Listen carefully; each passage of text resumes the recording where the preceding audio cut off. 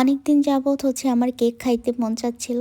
তো যে বলা সেই কাজ। আমি সাদিককে বলেছিলাম যে আমার জন্য কিছু কেক অর্ডার করতে। তো সে ২ টা ফ্লেভারের কেক অর্ডার করে দিয়েছিল।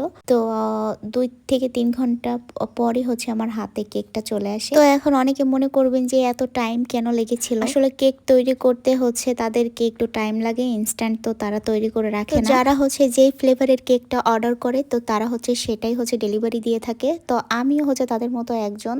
আমি ২ টা ফ্লেভারের কেক অর্ডার করেছিলাম। তো আমি ফার্স্টে চয়েস করে দিয়েছিলাম সাদিককে যে আমি ২ টা কেক অর্ডার করব। তো আমি সবসময় একটা আপুর থেকে কেক নিয়ে থাকি অ্যান্ড আমার পেজ যারা ভিজিট করবেন তারা অবশ্যই জানবেন যে আমি আগেও এরকম কেকের ভিডিও একটা করেছিলাম। তো যারা জানেন না তারা অবশ্যই আমার পেজটাকে একটু ফলো করবেন অ্যান্ড ভিজিট করে আসবেন, তাহলেই বুঝতে পারবেন আমার আগেকার ভিডিও। তো এই যে এখানে ২ টা ফ্লেভারের কেক আমি অর্ডার করেছিলাম। তো এটা দেখতে পাচ্ছেন, এটা অরেঞ্জ ফ্লেভার। আমার বরাবরই অরেঞ্জ ফ্লেভারটা খুবই ভালো লাগে। তো গতবার যখন আমি আপুর থেকে অর্ডারটা করেছিলাম তখন ৪ ধরনের কেক অর্ডার করেছিলাম। তো আমি আবারও বলছি, যারা আগের ভিডিওটা দেখতে চান তারা অবশ্যই আমার পেজটাকে একটু ভিজিট করে আসবেন, আপনাদের ভিডিওটা ভালো লাগবে। তো তারপরে এই যে অরেঞ্জ ফ্লেভারটা টেস্ট আগের মতোই ছিল, বেটার। আর এটা চকলেট ফ্লেভার। চকলেট ফ্লেভারের কেকটাও আমার অনেক ভালো লাগে। এই দিয়ে মনে হয় আমি অনেকবারই আপুর থেকে অর্ডার করেছি।